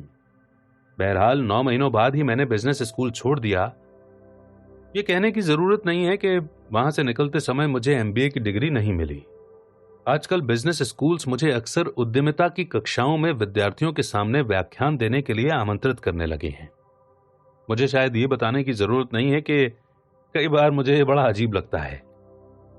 ये विद्यार्थी मुझसे जो आम सवाल पूछते हैं वे इस प्रकार के होते हैं। मुझे निवेशक कहां मिलेंगे? और मैं पूंजी कैसे इकट्ठा करूंगा? मैं ऐसे सवालों को बखूबी समझता हूं, क्योंकि इन्होंने मुझे तब बहुत सताया था जब मैं पारंपरिक नौकरी की सुरक्षा छोड़कर खुद उद्यमी बना था। मेरे पास पैसा नहीं था और कोई भी मेरे व्यवसाय में निवेश नहीं करना चाहता था। बड़ी बड़ी वेंचर कैपिटल फर्म्स मेरे दरवाजे पर दस्तक नहीं दे रही थी। तो मैं बिजनेस स्कूल के इन विद्यार्थियों को क्या जवाब देता हूं? मैं उनसे कहता हूं, आप बस इसे कर देते हैं। आप इसे इसलिए करते हैं क्योंकि आपको ये करना ही होता है, और यदि आप इसे नहीं करते हैं तो व्यवसाय से बाहर हो जाते हैं। आज हालांकि मेरे पास पर्याप्त धन है, लेकिन मैं सिर्फ पूंजी जुटाता हूं। किसी उद्यमी के लिए यह पहला नंबर काम है। हम 3 समूहों से पूंजी जुटाते हैं: ग्राहक, निवेशक और कर्मचारी। उद्यमी के रूप में आपका काम ग्राहकों को अपने प्रोडक्ट्स खरीदने के लिए प्रेरित करना है। यदि आपको ग्राहक मिल सके जो आपके प्रोडक्ट्स खरीदने के एवज में आपको पैसा दें, तो आपके निवेशक आपको बहुत सारे पैसे देंगे। और यदि आपके पास कर्मचारी हो तो आपका काम उन्हें दी जाने वाली तनख्वाह से कम 10 गुना अधिक उत्पादन करवाना है। यदि आप अपने कर्मचारियों से उनकी तनख्वाह का 10 गुना उत्पादन नहीं करवा सकते तो आप व्यवसाय से बाहर हो जाते हैं। और अगर ऐसा होता है तो फिर आपको पूंजी जुटाने की कोई जरूरत ही नहीं रह जाती। यह वो जवाब नहीं है जिसकी ज्यादातर एमबीए विद्यार्थियों को तलाश होती है। अधिकांश तो किसी जादुई फॉर्मूले, किसी गोपनीय नुस्खे या अमीर बनने की फटाफट व्यवसायिक योजना की तलाश करते हैं। मेरे इस जवाब की उम्मीद तो शायद उनके शिक्षकों को भी नहीं होती, क्योंकि जब मैं ये बात बोलता हूं तो वे कसमसा रहे होते हैं। क्यों? क्योंकि भले ही वे उद्यमिता सिखाते हैं, लेकिन उनमें से अधिकांश खुद उद्यमी नहीं होते। उनके पास तो स्थायी तनख्वाह वाली नौकरी होती है और वे लंबे समय तक वहीं काम करने की उम्मीद करते हैं। मेरा मूल मुद्दा यह नहीं है कि हर व्यवसाय में आपको पूंजी जुटानी पड़ती है। वास्तव में जिस बिजनेस मॉडल के बारे में मैं आपको इस पुस्तक में बताने वाला हूं, उसमें अपना व्यवसाय शुरू करने के लिए पूंजी जुटाने की कोई जरूरत नहीं होती, क्योंकि यह काम तो आपके लिए कोई दूसरा पहले ही कर चुका है। लेकिन आपको अपना खुद का व्यवसाय खड़ा करना पड़ता है। मेरा मूल मुद्दा यह है कि उद्यमी की इस परिभाषा पर गौर करें। चीजें आप घटित करवाते हैं, आप यात्रियों की कतार से बाहर निकलते हैं, बस के अगले हिस्से तक चलकर जाते हैं और अपने जीवन की ड्राइविंग सीट पर बैठ जाते हैं। उद्यमी बनने के लिए किस चीज की जरूरत होती है? उद्यमी ही संसार के सबसे अमीर लोग होते हैं। हम कुछ मशहूर उद्यमियों के नाम जानते हैं, जैसे रिचर्ड ब्रांसन और डोनाल्ड ट्रंप, ओपेरा विन्फ्री और स्टीव जॉब्स, रूपर्ट मर्डॉक और टेड टर्नर। लेकिन सबसे दौलतमंद उद्यमी वे लोग हैं जिनके बारे में आपने और मैंने कभी नहीं सुना होगा, क्योंकि पत्र पत्रिकाएं उन पर ज्यादा ध्यान नहीं देती हैं। वे शांति से अपना अमीर जीवन जीते रहते हैं। मैंने अक्सर लोगों को बहस करते सुना है कि उद्यमी पैदा होते हैं या उन्हें बनाया जा सकता है। कुछ लोग सोचते हैं कि खास लोग ही उद्यमी बन सकते हैं, इसके लिए किसी जादुई चीज की जरूरत होती है। मेरे ख्याल से उद्यमी बनना इतना बड़ा मामला नहीं है, आप बस इसे कर देते हैं। आइए मैं आपको एक उदाहरण देता हूं। मेरे इलाके में एक किशोरी है जिसका बेबी सिटिंग का व्यवसाय फल फूल रहा है। उसने जूनियर हाई स्कूल की अपनी सहपाठियों को इस काम के लिए नियुक्त कर रखा है। वो एक उद्यमी है। एक और लड़का स्कूल के बाद छुटपुट कामों का व्यवसाय करता है। वो एक उद्यमी है। अधिकांश बच्चों के मन में डर नहीं होता, जबकि अधिकांश वयस्कों के मन में डर के सिवाय कुछ नहीं होता। आज ऐसे करोड़ों लोग हैं जो अपनी नौकरी छोड़कर उद्यमी बनने और खुद का व्यवसाय चलाने के सपने देखते हैं। लेकिन समस्या यह है कि अधिकांश लोगों का सपना सिर्फ सपना ही रह जाता है, हकीकत नहीं बन पाता। तो सवाल यह है कि इतने सारे लोग उद्यमी बनने के अपने सपने को साकार करने में असफल क्यों हो जाते हैं? मेरा एक मित्र बेहतरीन हेयर स्टाइलिस्ट है। महिलाओं को सुंदर बनाने के मामले में वो जादूगर है। बरसों से वो अपना खुद का सैलून खोलने की बातें कर रहा है। उसके पास बड़ी बड़ी योजनाएं हैं, लेकिन दुखद बात यह है कि वो अब भी अपने छोटे पैमाने पर ही काम कर रहा है। वो एक बड़े सैलून में कुर्सी पर काम करता है और सैलून के मालिक से नोक-झोंक करता रहता है। मेरे एक और मित्र की पत्नी है जो फ्लाइट अटेंडेंट का काम करते करते उकता गई। 2 साल पहले उसने नौकरी छोड़ दी और हेयर स्टाइलिस्ट बनने का प्रशिक्षण लिया। 1 महीने पहले उसने अपने सैलून का भव्य उद्घाटन किया। वहां का माहौल बेहतरीन है और उसने वहां काम करने के लिए कुछ सबसे अच्छे हेयर स्टाइलिस्ट्स को आकर्षित कर लिया है। जब मेरे पहले मित्र ने उस महिला के सैलून के बारे में सुना तो वो बोला, वो सैलून कैसे खुल सकती है? उसके पास तो कोई योग्यता ही नहीं है, उसके पास इतनी प्रतिभा ही नहीं है। उसने न्यूयॉर्क में प्रशिक्षण नहीं लिया जहां मैंने लिया था, और इसके अलावा उसके पास नाम मात्र का भी अनुभव नहीं है। देखना, वो 1 साल में ही असफल हो जाएगी। हो सकता है कि वो महिला असफल हो जाए। आंकड़े बताते हैं कि 90% व्यवसाय पहले 5 सालों में नाकाम हो जाते हैं। दूसरी ओर यह भी हो सकता है कि वो असफल ना हो। मुद्दे की बात यह है कि वो अपना मनचाहा काम कर रही है। उसने ये समझ लिया है कि साहस में हमारे जीवन को आकार देने की प्रबल शक्ति होती है। अपनी प्रतिभा को खोजने, विकसित करने और संसार को देने के लिए साहस की जरूरत होती है। अमेरिका के जो लोग $3 मिलियन से ज्यादा की लॉटरी जीतते हैं, उनमें से 80% 3 साल के भीतर ही दिवालिया हो जाते हैं। क्यों? क्योंकि सिर्फ पैसे से ही आप अमीर नहीं बनते हैं। ये लोग अपने चेकिंग अकाउंट्स के आंकड़े जोड़ सकते हैं, लेकिन वे सिर्फ आंकड़ों से तब तक अमीर नहीं बन सकते जब तक कि वे अपने सोचने के तरीके को न बदल लें। आपका मस्तिष्क असीमित है। ये तो आपकी शंकाएं हैं जो आपको सीमित कर रही हैं। एटलस श्रग्ड की लेखिका आयन रैंड ने कहा था, दौलत किसी मनुष्य के सोचने की क्षमता का परिणाम है। इसलिए यदि आप अपना जीवन बदलने को तैयार हों, तो मैं आपका परिचय एक ऐसे माहौल से करवाने जा रहा हूं जो आपके मस्तिष्क को सोचने और आपको ज्यादा अमीर बनने का अवसर प्रदान करेगा। बड़े होकर आप क्या बनना चाहते हैं? जब मैं बच्चा था तो मेरे वास्तविक डैडी अक्सर मुझे स्कूल जाने और अच्छे ग्रेड लाने की सलाह देते थे ताकि मुझे नौकरी मिल सके। वे मेरी प्रोग्रामिंग ई क्वाड्रेंट के लिए कर रहे थे। दूसरी ओर मेरी मां मुझे डॉक्टर या वकील बनने के लिए प्रेरित करती थी। वे कहती थी कि इस तरह तुम्हारे पास हमेशा एक पेशा रहेगा और तुम्हें कोई समस्या नहीं आएगी। वे मेरी प्रोग्रामिंग एस क्वाड्रेंट के लिए कर रही थी।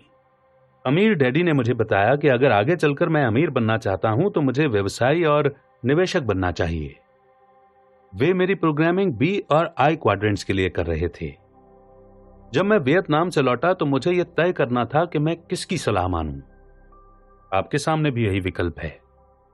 यदि आप अपना खुद का व्यवसाय बनाना चाहते हैं तो इसका एक कारण है अपनी गरिमा को वापस पाना। इसके महत्व को कम ना आंकें। यह दुनिया सताने वालों और छोटी मानसिकता के लोगों से भरी पड़ी है, चाहे वो आपके बॉस हों, मैनेजर हों, पड़ोसी हों या मित्र हों। आप ये नहीं चाहते हैं कि वे आपको अपने इशारों पर नचाएं। आप अपने जीवन की बागडोर अपने हाथों में लेना चाहते हैं। आप इतने साहसी बनना चाहते हैं कि आपको दूसरे लोगों के इशारों पर नाचने या काम करने की जरूरत ही ना रहे।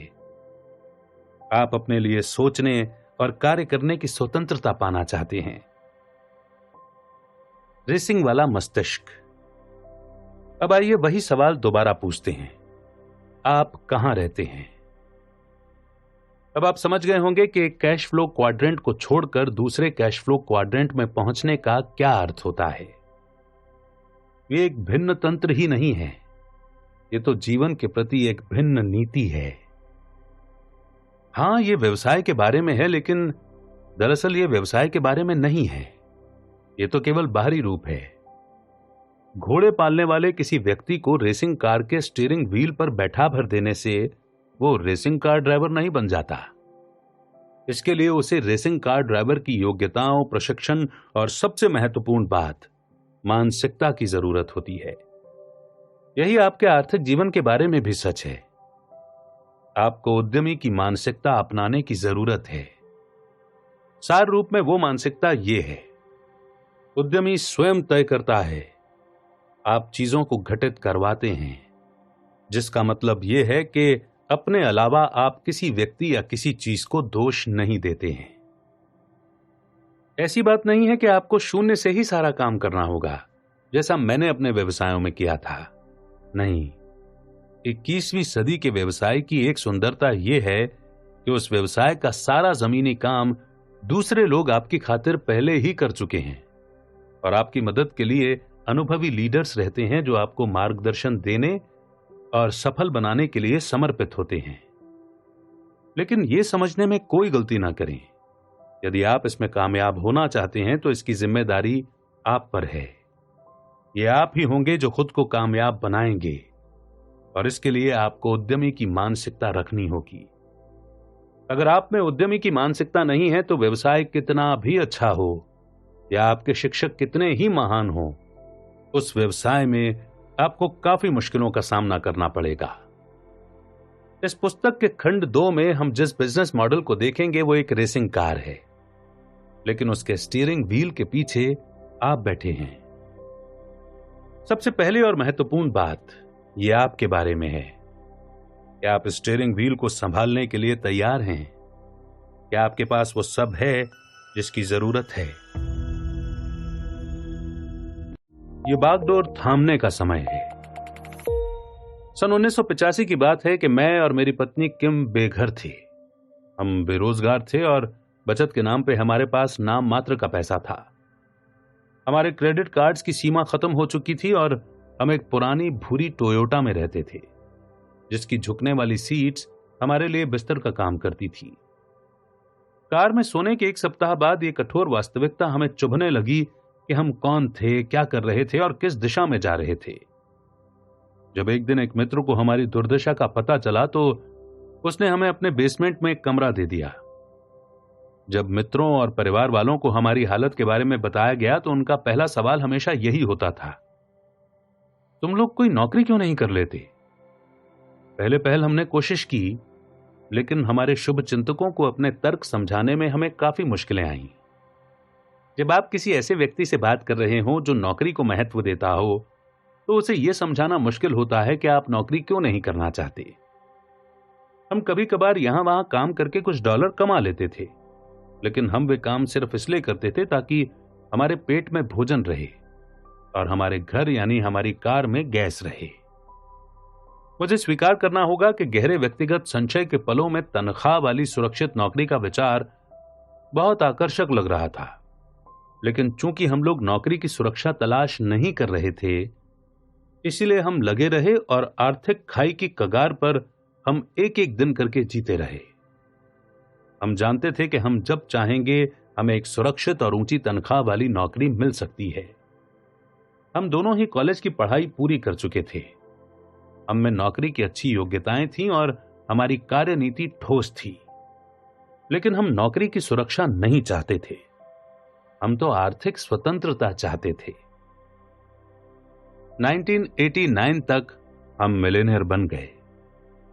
मैं अक्सर लोगों को कहते सुनता हूं कि पैसे बनाने के लिए पैसों की जरूरत होती है। यह सरासर बकवास है। बेघर से मिलियनेयर बनने की हमारी यात्रा में 4 वर्ष का समय लगा था, तथा इसके बाद असली आर्थिक स्वतंत्रता तक पहुंचने में हमें 5 साल और लगे। लेकिन इसमें पैसों की जरूरत नहीं पड़ी, जब हमने शुरुआत की थी तो हमारे पास जरा भी पैसा नहीं था। वास्तव में हम कर्ज में थे और रास्ते में किसी ने भी हमें कुछ नहीं दिया। इसमें अच्छी औपचारिक शिक्षा की जरूरत भी नहीं पड़ती। कॉलेज की शिक्षा पारंपरिक पेशों के लिए महत्वपूर्ण है, लेकिन दौलतमंद बनने की इच्छा रखने वाले लोगों के लिए नहीं है।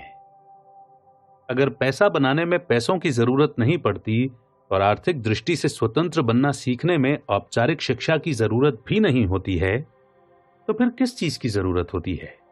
दरअसल इसमें एक सपने की जरूरत होती है, बहुत से संकल्प की जरूरत होती है, फटाफट सीखने की इच्छा की जरूरत होती है, और इस बात की समझ की भी जरूरत होती है कि आप कैश फ्लो क्वाड्रेंट के किस खंड में रहकर काम कर रहे हैं।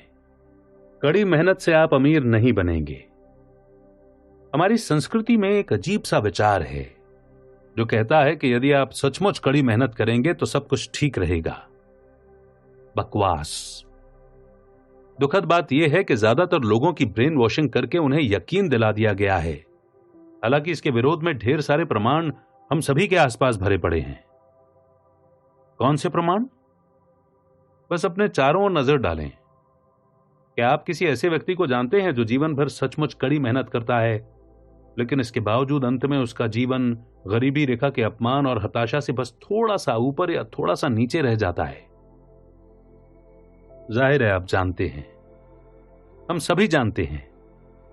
संसार ऐसे लोगों से भरा पड़ा है जो कड़ी मेहनत करते हैं, लेकिन इसके बावजूद निश्चित रूप से उनकी हालत ठीक नहीं है। और शायद सबसे बुरा हिस्सा यह है कि इनमें से कई दुर्भाग्यशाली लोग इस नतीजे पर पहुंच जाते हैं कि उनकी गलती या व्यक्तिगत अक्षमता के कारण ही ऐसा हुआ। उन्होंने सभी सही चीजें की, ठीक है, लेकिन इसके बावजूद अगर वे कामयाब नहीं हुए तो इसका मतलब शायद यह है कि उन्होंने पर्याप्त कड़ी मेहनत नहीं की या उन्हें किस्मत ने अवसर ही नहीं दिए। शायद वे सफलता के लिए बने ही नहीं थे। बकवास। समस्या यह है कि कड़ी मेहनत का मिथक सिर्फ यही है, एक मिथक, एक भ्रम। देखिए, मुझे गलत न समझें, मैं ये नहीं कह रहा हूं कि दौलत बनाने और आर्थिक स्वतंत्रता पाने में कड़ी मेहनत नहीं लगती है। लगती है, और बहुत ज्यादा लगती है। मुझे उम्मीद है कि आप इतने नादान नहीं हैं कि उन मूर्खों की बातों पर यकीन कर लें जो आपसे कहते हैं कि वे आपको दौलत पाने का ऐसा तरीका बता सकते हैं जो आसान है, तुरंत कामयाब हो जाता है या उसमें जरा भी मेहनत नहीं लगती। क्योंकि यदि आप इतने नादान हैं तो मैं एक ऐसे पुल के बारे में जानता हूं जिसे आप सचमुच सस्ते में खरीद सकते हैं, और सब प्राइम मॉर्टगेज या क्रेडिट डिफॉल्ट स्वैप्स का पूरा तंत्र आपके लिए बिल्कुल सही हो सकता है। नहीं, इसमें कड़ी मेहनत की जरूरत होती है। असल सवाल यह है कि आप किस काम में कड़ी मेहनत करते हैं। मुझे लगता है कि आप कह रहे होंगे कि किस काम में? जाहिर है, पैसा बनाने में। लेकिन इतनी जल्दबाजी ना करें, क्योंकि हमारी सांस्कृतिक सोच की इस दुखद भूल के पीछे यह कठोर सच्चाई छिपी है। पैसे बनाने में कड़ी मेहनत करने से दौलत कभी नहीं बन पाएगी। जो लोग आमदनी के लिए काम करते हैं वे बहुत मेहनत करते हैं, लेकिन उन पर ज्यादा कर लगता चला जाता है। पैसे बनाने में कड़ी मेहनत करने के बारे में भूल जाएं। इससे तो सिर्फ यह होगा कि आप उसे खर्च कर देंगे और इसके बाद आपको दोबारा कड़ी मेहनत करनी होगी। आप ये पूछ सकते हैं, ठीक है, तो मैं क्या करूं? आप नियंत्रण अपने हाथों में लें। किस चीज का नियंत्रण? देखिए, चाहे आप कितनी ही कड़ी कोशिश कर लें, आप जीवन की ज्यादातर चीजों को नियंत्रित नहीं कर सकते। आप बाजार को नियंत्रित नहीं कर सकते, आप कर्मचारियों को नियंत्रित नहीं कर सकते, आप अर्थव्यवस्था को नियंत्रित नहीं कर सकते, तो फिर आप किसे नियंत्रित कर सकते हैं? दरअसल आप अपनी आमदनी के स्रोत को नियंत्रित कर सकते हैं। समस्या, व्यवसाय खड़ा करना ही वो तरीका है जिससे अधिकांश बहुत अमीर लोग अमीर बने हैं। बिल गेट्स ने माइक्रोसॉफ्ट की स्थापना की। माइकल डेल ने अपनी डॉर्मेट्री के कमरे में डेल कंप्यूटर्स की स्थापना की। बहरहाल बी क्वाड्रेंट में सचमुच जीने वालों की संख्या ऐतिहासिक दृष्टि से बहुत बहुत कम रही है। सच्ची दौलत उत्पन्न करने के लिए यह क्वाड्रेंट सबसे अच्छी जगह है, लेकिन इसमें प्रवेश करने के लिए कुछ अवरोधों को पार करना होता है। जिनकी वजह से अधिकांश लोग बाहर ही रह जाते हैं। एक बात तो यह है कि अधिकांश लोगों के पास उतना पैसा नहीं होता जिसकी जरूरत उन्हें अपना खुद का व्यवसाय शुरू करने के लिए होती है। आज की तारीख में अपना व्यवसाय शुरू करने में औसतन $5 मिलियन का खर्च आता है। दूसरी बात यह है कि शून्य से व्यवसाय खड़ा करना अमीर बनने के सबसे जोखिम भरे तरीकों में से एक है। लगभग 90% व्यवसाय पहले 5 वर्षों में ही असफल हो जाते हैं। और अगर आपका नया व्यवसाय असफल हो जाता है तो जरा अंदाजा लगाएं कि $5 मिलियन किसके डूबेंगे। व्यवसाय करने के मेरे शुरुआती वर्षों में मैं 2 बार असफल हुआ। हालांकि मैं कभी दिवालिया नहीं हुआ और मुझे कभी कोई शासकीय सहायता भी नहीं मिली, लेकिन इसमें मेरे कई मिलियन डॉलर डूब गए। आमतौर पर जब आप खुद का व्यवसाय शुरू करते हैं तो आपको यह सुनिश्चित करना होता है कि जगह के किराए, बिजली पानी के बिलों और बाकी जरूरी खर्चों का भुगतान हो, आपके कर्मचारियों को भुगतान हो और आपके सप्लायर्स को भुगतान हो, वरना आप बिजनेस से बाहर हो जाएंगे। अब जरा अंदाजा लगाएं कि भुगतान किसे नहीं मिलता है। आपको। जब आप कोई नया व्यवसाय शुरू करते हैं, और यहां मैं एक सफल व्यवसाय के बारे में बात कर रहा हूं, तो आपको 5 से 10 साल तक बिना भुगतान के काम करना पड़ सकता है। क्यों? और मेरी कहानी को याद करें जो अपनी पुरानी टोयोटा में सो रहे थे। ये मजेदार नहीं था। हम नौकरी कर सकते थे जिससे तत्काल हमारे सिर के ऊपर छत मुहैया हो सकती थी, लेकिन यह चाहे जितना दुखद रहा हो, हमने नौकरी करने के बजाय बेघर रहने का विकल्प चुना, क्योंकि हमें व्यवसाय का स्वामी बनने और बी क्वाड्रेंट में रहने के अपने सपने पर पूरा यकीन था। अधिकांश लोगों में इन परिस्थितियों से मुकाबला करने का मानसिक, भावनात्मक, शारीरिक या आर्थिक जीवट नहीं होता। यह निर्मम हो सकता है और आमतौर पर होता भी है। एक फ्रेंचाइजी ले लें तो फ्रेंचाइजी लेने से जोखिम बहुत कम हो जाता है। मैकडॉनल्ड्स या सबवे जैसा प्रतिष्ठित फ्रेंचाइजी होने पर आपकी सफलता की संभावना काफी अच्छी हो जाती है और ज्यादातर जमीनी काम बना बनाया मिल जाता है। लेकिन आप अब भी सबसे पहली और सबसे बड़ी समस्या पर अटक जाते हैं। ऐसी फ्रेंचाइजी लेने के लिए आपको नगद पैसे देने पड़ते हैं। किसी प्रतिष्ठित फ्रेंचाइजी को खरीदने की लागत $1 लाख से लेकर $15 लाख या इससे ज्यादा भी हो सकती है, और यह तो सिर्फ फ्रेंचाइजी के अधिकार खरीदने का खर्च है। इसके बाद आपको प्रशिक्षण, विज्ञापन और समर्थन के लिए मुख्यालय को जो मासिक भुगतान करना होता है वो अलग होता है। और इस सारे समर्थन के बावजूद सचमुच दौलतमंद बन जाने की कोई गारंटी नहीं है। कई बार तो फ्रेंचाइजी घाटे में चलने के बावजूद फ्रेंचाइजी मालिक या मुख्यालय को भुगतान भेजना होता है, भले ही आप उन लोगों में हो जिनका फ्रेंचाइजी सफल हो जाता है। लेकिन इस बात की काफी संभावना है कि पहले कुछ सालों में आप खुद खास पैसे नहीं कमा पाएंगे, और यह भी याद रखें कि 3 में से 1 फ्रेंचाइजी अंततः डूब जाती है। जब मेरे गरीब डैडी 50 साल के थे तो उन्होंने हवाई के राज्यपाल के खिलाफ चुनाव लड़ने का दुस्साहस किया, और वे जिसके खिलाफ लड़ रहे थे वो कोई और नहीं, उनके तत्कालीन बॉस ही थे। इसके बाद क्या हुआ, आप सहज ही अंदाजा लगा सकते हैं। गरीब डैडी न सिर्फ चुनाव हार गए, बल्कि उनके बॉस ने उन्हें नौकरी से भी निकाल दिया और साफ शब्दों में बता दिया कि वे दोबारा कभी हवाई में नौकरी नहीं कर पाएंगे। डैडी ने अपनी सारी बचत बटोर कर एक लोकप्रिय फ्रेंचाइजी को खरीद लिया, जिसके बारे में कहा जाता था कि यह फ्रेंचाइजी कभी नहीं डूब सकती। जो फ्रेंचाइजी कभी नहीं डूब सकती थी वो डूब गई, और साथ में मेरे डैडी भी। दरअसल उनका सब कुछ डूब गया। सिद्धांततः फ्रेंचाइजी का विचार बेहतरीन है, लेकिन वास्तव में यह एक जुआ है, और यह एक ऐसा जुआ है जिसमें आपको टेबल पर पहुंचने और खेलने का अवसर पाने के लिए बहुत भारी कीमत चुकानी पड़ती है। निष्क्रिय आमदनी की शक्ति। क्या आपने कभी पानी के उन स्प्रिंग वाले नलों का उपयोग किया है जो कुछ सार्वजनिक रेस्ट रूम्स में पानी बचाने के लिए लगाए जाते हैं? जब आप पानी चालू करते हैं तो आपको बटन दबाए रखना पड़ता है, क्योंकि बटन छोड़ते ही पानी भी बंद हो जाता है।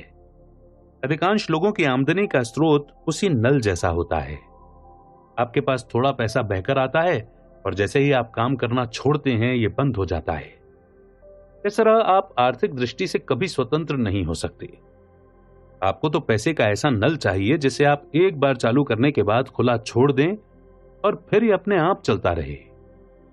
ये आज, कल और अगले सप्ताह आमदनी पाने के बारे में ही नहीं है, ये तो अनंत काल तक अपनी आमदनी सुरक्षित करने के बारे में है।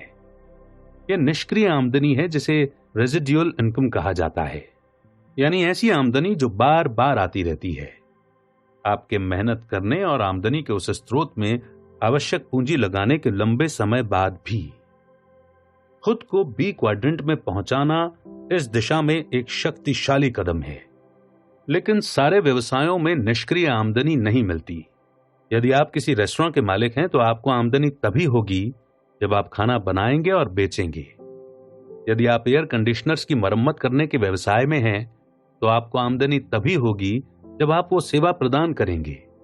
यहां तक कि ऊंची आमदनी वाले डॉक्टर और वकील भी सिर्फ पैसा तभी कमाते हैं जब वे रोगियों या मुवक्किलों से मिलते हैं।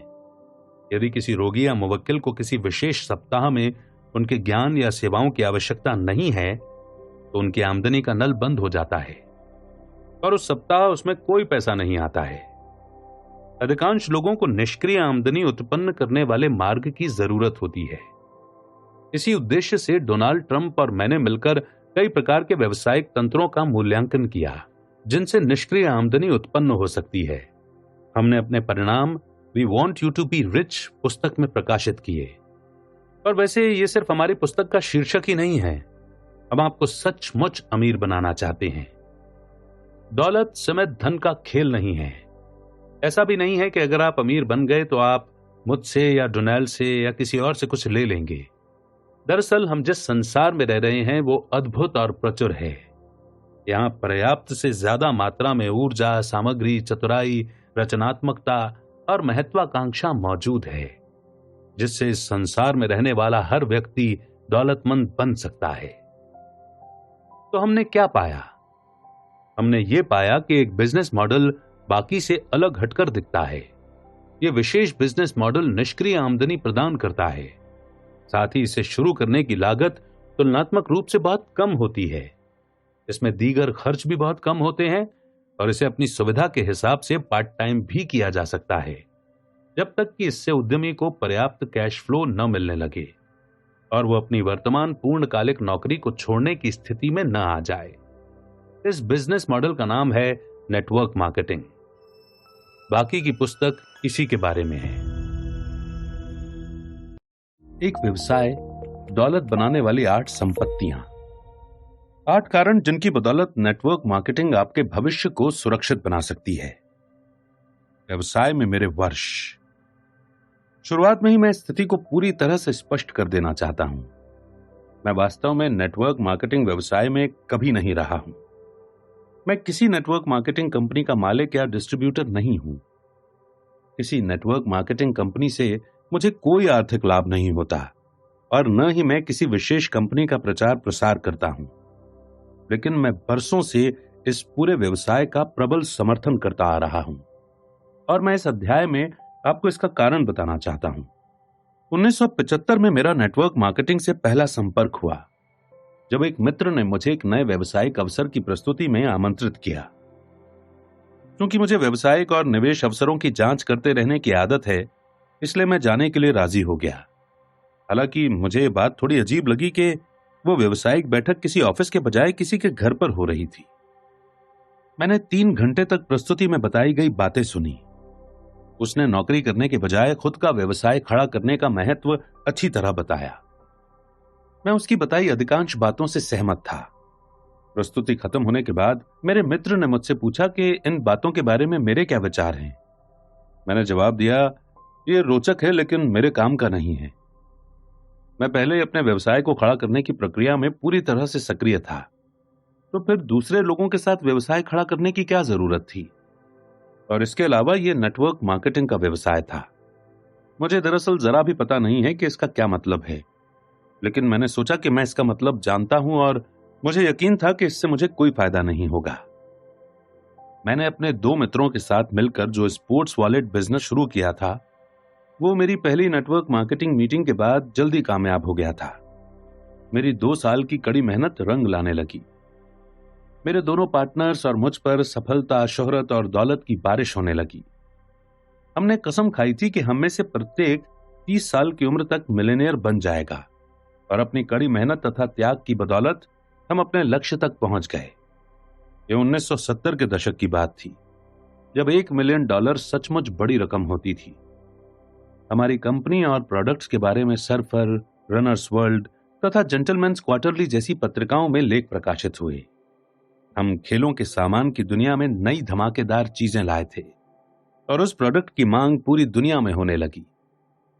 हम पूरी तरह सफल हो चुके थे।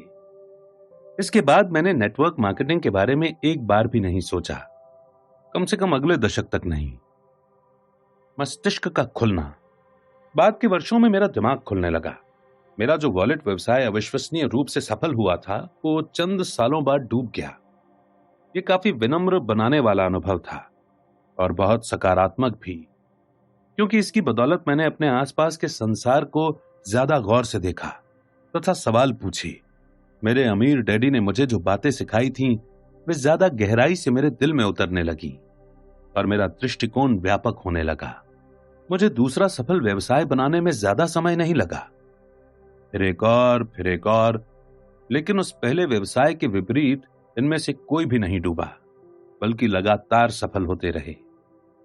उन वर्षों के दौरान मेरे मन में खुद अमीर बनने का विचार बहुत प्रबल था, लेकिन इसके साथ ही मैं अमीर बनने में दूसरों की मदद करने के विचार से भी आकर्षित हुआ।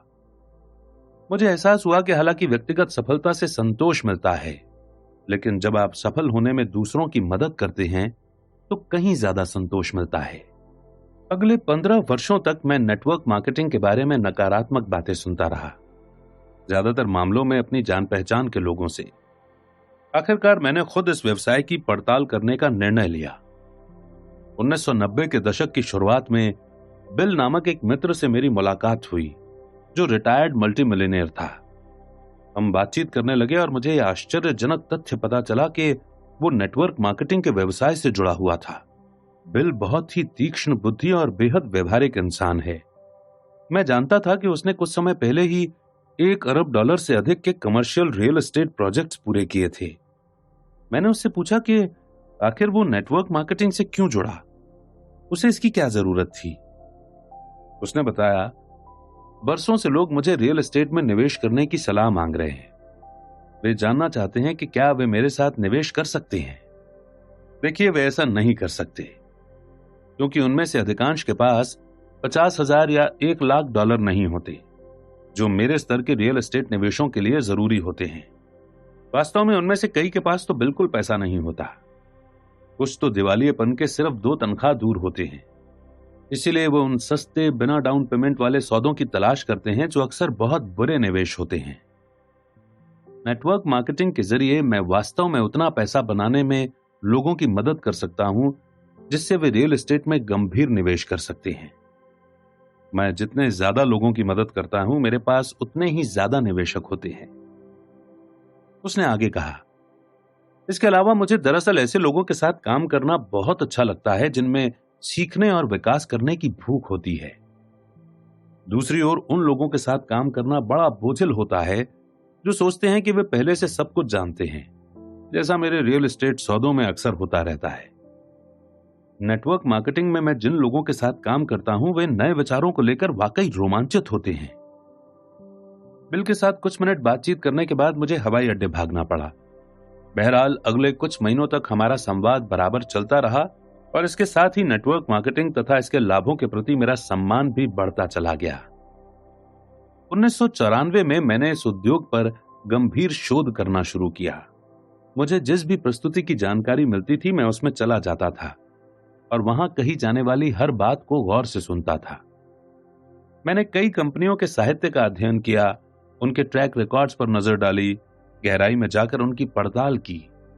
मैंने ये सारी जांच पड़ताल उसी तरह की जिस तरह मैं निवेश के लिए किसी व्यावसायिक उपक्रम का अध्ययन करता हूं। यदि जांच पड़ताल के बाद मुझे कंपनी जम जाती थी, तो मैं उससे जुड़ जाता था, ताकि मैं उसके बारे में अंदरूनी जानकारी हासिल कर सकूं और ये जान सकूं कि अनुभव अंदर से कैसा रहता है। अंततः इन कंपनियों के कुछ लीडर्स से मेरी मुलाकात होने लगी। मुझे ये जानकर हैरानी हुई कि व्यवसाय के दौरान मैं जिन लोगों से मिला था वे उनमें सबसे बुद्धिमान, दयालु, नैतिक, आध्यात्मिक और पेशेवर लोगों में से एक थे। एक बार मैं जब अपने पूर्वाग्रहों से उबर गया और नेटवर्क मार्केटिंग के लोगों से मिलने के बाद उनका सम्मान करने लगा तथा उनसे जुड़ने लगा, तो मुझे इस उद्योग का हृदय मिल गया और मुझे जो मिला उससे मैं आश्चर्यचकित रह गया। जब 1975 में पहली अवसर बैठक में मुझे नेटवर्क मार्केटिंग की अवधारणा की जानकारी मिली थी, तब मेरा दिमाग इसके विचार के प्रति कसकर बंद हो गया था। अब लगभग 20 साल बाद मेरा दृष्टिकोण पूरी तरह से बदल गया था। लोग कई बार मुझसे पूछते हैं, आप खुद नेटवर्क मार्केटिंग के माध्यम से अमीर नहीं बने हैं, फिर भी आप दूसरे लोगों को इसके जरिए दौलत बनाने की सलाह क्यों देते हैं? देखिए, क्योंकि मैंने अपनी दौलत नेटवर्क मार्केटिंग के जरिए नहीं बनाई है, इसलिए मैं इस उद्योग के बारे में निष्पक्ष हो सकता हूं। मैं बाहरी व्यक्ति के रूप में इस व्यवसाय की कद्र करने लगा और यह तब हुआ जब मैं पहले ही अपनी दौलत बना चुका था और आर्थिक दृष्टि से स्वतंत्र हो चुका था। वैसे अगर मुझे आज दोबारा शून्य से सब कुछ शुरू करना पड़े तो पुरानी शैली का व्यवसाय खड़ा करने के बजाय मैं नेटवर्क मार्केटिंग व्यवसाय शुरू करना चाहूंगा। तो नेटवर्क मार्केटिंग आखिर क्या है? मैंने कहा था कि मैं दरअसल कभी भी प्रतिभागी के रूप में नेटवर्क मार्केटिंग से जुड़ा नहीं रहा, लेकिन मैं एक ऐसे शख्स को जानता हूं जो काफी समय से जुड़ा हुआ है और मैंने उन्हें अपने ज्ञान का लाभ देने के लिए आमंत्रित किया है। मेरे मित्र जॉन फ्लेमिंग ने जीवन में आर्किटेक्ट के रूप में शुरुआत की थी। एक बार तो उन्होंने प्रख्यात आर्किटेक्ट माइस वेंडर रोहे के लिए भी काम किया था। इस वजह से भी मैं नेटवर्क मार्केटिंग के प्रति उनकी नीति की कद्र करता हूं। खास बात यह है कि इस व्यवसाय में भी उन्होंने व्यवहारिक संरचना और उपयोगी निर्माण का वही जोश दिखाया। दूसरे शब्दों में वे ऐसे तंत्र बनाने को महत्व देते हैं जो लंबे समय तक कायम रहें। जॉन के पास नेटवर्क मार्केटिंग का लगभग 40 वर्ष का अनुभव है, जिसकी बदौलत वे इन पन्नों में हमें लाभान्वित करेंगे। उन्होंने अपनी खुद की कंपनी बनाई और चलाई। वे बहुत सी कंपनियों में कई एग्जीक्यूटिव पदों पर रह चुके हैं, जिनमें एक बहुत बड़ी और सम्मानित कंपनी शामिल है। इसमें वे 15 वर्षों तक रीजनल वाइस प्रेसिडेंट रहे और फिर बिक्री रणनीति, प्रशिक्षण तथा विकास के वाइस प्रेसिडेंट भी रहे। वे उद्योग के विभिन्न ट्रेड समूहों में सक्रिय रहे हैं। 1997 में डायरेक्ट सेलिंग एजुकेशन फाउंडेशन ने जॉन को अपने सर्वोच्च सम्मान सर्कल ऑफ ऑनर अवार्ड से नवाजा। आज जॉन डायरेक्ट सेलिंग न्यूज के प्रकाशक और प्रमुख संपादक के रूप में कार्यरत हैं, जो डायरेक्ट सेलिंग और नेटवर्क मार्केटिंग एग्जीक्यूटिव्स की सेवा करने वाला एक प्रतिष्ठित ट्रेड प्रकाशन है। तो रॉबर्ट जॉन से पूछते हैं, जॉन, उन पाठकों के लिए जिन्हें शायद पहले से न पता हो, आप ये बताएं कि नेटवर्क मार्केटिंग आखिर है क्या और इसे कौन सी चीज चलाती है? रॉबर्ट, नेटवर्क मार्केटिंग पिछली सदी के मध्य से विभिन्न रूपों में हमारे बीच में रही है। इसका बुनियादी विचार सरल भी है और बेहतरीन भी। प्रोडक्ट्स या सेवाओं के प्रचार के लिए तमाम पेशेवर संस्थाओं और मार्केटिंग चैनल्स पर ढेर सारा पैसा खर्च करने के बजाय क्यों ना उन्हीं लोगों को भुगतान किया जाए जो उन प्रोडक्ट से सबसे ज्यादा प्रेम करते हैं और दूसरों को उनके बारे में बताते हैं। नेटवर्क मार्केटिंग कंपनी बिल्कुल यही करती है। उसे बिक्री से जितने भी डॉलर मिलते हैं, उनका एक हिस्सा ये स्वतंत्र प्रतिनिधियों को लौटा देती है, जो आमतौर पर उनके प्रोडक्ट्स के सबसे समर्पित और उत्साही उपभोक्ता होते हैं। ओके जॉन, 1 मिनट के लिए मैं इसके विरोधी की भूमिका निभाना चाहूंगा। वैसे कारगर कैसे हो सकता है? मेरा मतलब है कि मार्केटिंग की खास योग्यता न रखने वाले सामान्य लोगों का समूह वास्तव में प्रतिस्पर्धा के वर्तमान माहौल में ज्यादा बिक्री कैसे कर सकता है? देखिए रॉबर्ट, दरअसल यही इसकी सुंदरता है। जैसा हर मार्केटिंग प्रोफेशनल, हॉलीवुड प्रोड्यूसर और बड़ी कंपनी का मालिक जानता है, व्यक्तिगत मौखिक प्रचार ही संसार का सबसे शक्तिशाली प्रचार माध्यम होता है। इसीलिए टेलीविजन पर विज्ञापन देने वाली कंपनियां अभिनेताओं और अभिनेत्रियों को करोड़ों डॉलर की फीस चुकाती हैं, ताकि वे आपकी मां, आपके जीवन साथी, आपके सबसे अच्छे मित्र या आपके बच्चों की तरह बात करें। वे लोग व्यक्तिगत मौखिक अनुशंसा की नकल कर रहे होते हैं। नेटवर्क मार्केटिंग में हम असल चीज का इस्तेमाल करते हैं, मॉडल की असली शक्ति, जिसे आप लीवरेज कहते हैं। यह है कि प्रतिनिधि के रूप में आपको सिर्फ उन्हीं प्रोडक्ट्स पर कमीशन नहीं मिलता है जो आपके द्वारा अनुशंसित लोग खरीदते हैं, बल्कि प्रायः उन प्रोडक्ट्स पर भी मिलता है जो उनके द्वारा अनुशंसित लोग प्रत्यक्ष या अप्रत्यक्ष रूप से खरीदते हैं। अगर इन सबको जोड़ा जाए तो आंकड़ा काफी बड़ा हो सकता है। अब यह तंत्र कैसे काम करता है, आप इस बात का जवाब जानते हैं। दरअसल डायरेक्ट सेलिंग या नेटवर्क मार्केटिंग का वार्षिक कारोबार आज पूरे संसार में 110 अरब डॉलर से अधिक का है। आर्थिक संदर्भ में यह बहुत विशाल भूखंड है जो लगभग न्यूजीलैंड, पाकिस्तान या फिलीपींस के आकार का होगा।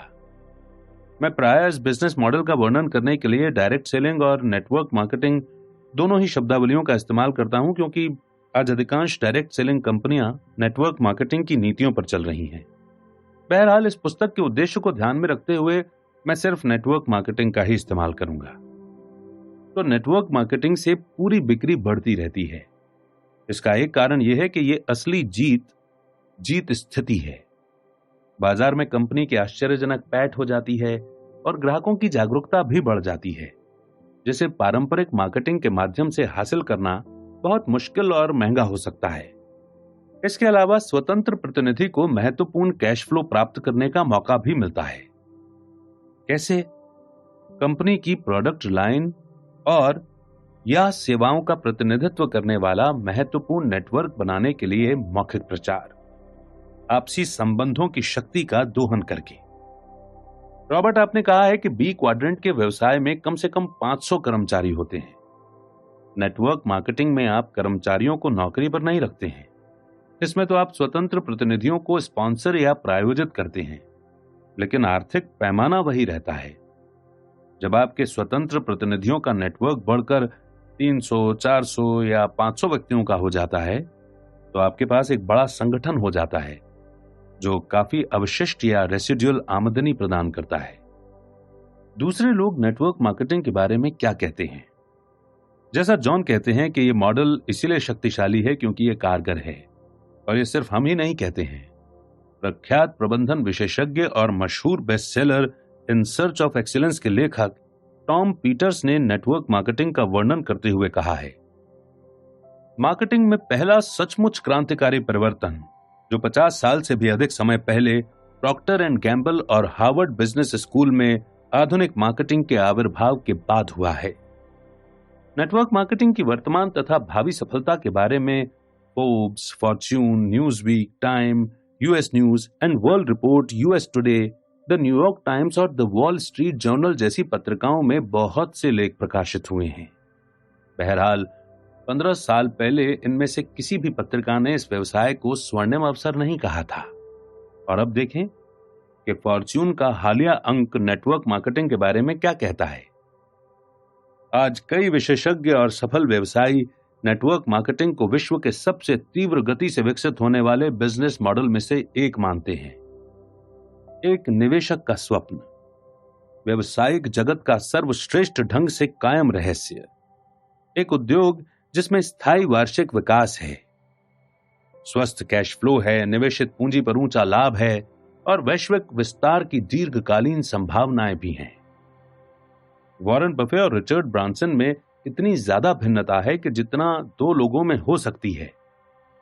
वॉरेन बफे एक पिकअप चलाते हैं और ओमाहा में रहते हैं। दूसरी ओर ब्रांसन अपनी खुद की एयरलाइंस में उड़ान भरते हैं और ब्रिटिश वर्जिन आइलैंड में अपने खुद के टापू पर रहते हैं। लेकिन इनमें 3 चीजें समान हैं।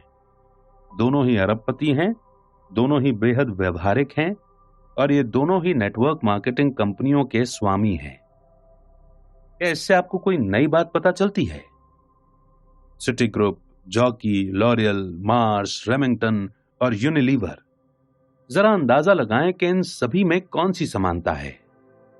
इन सभी ने नेटवर्क मार्केटिंग के समुद्र में अपने पैर का अंगूठा रखा है और कुछ मामलों में तो कमर तक का शरीर भी। आज कई विशेषज्ञ और सफल व्यवसायी नेटवर्क मार्केटिंग को विश्व के सबसे तीव्र गति से विकसित होने वाले बिजनेस मॉडल्स में से एक मानते हैं।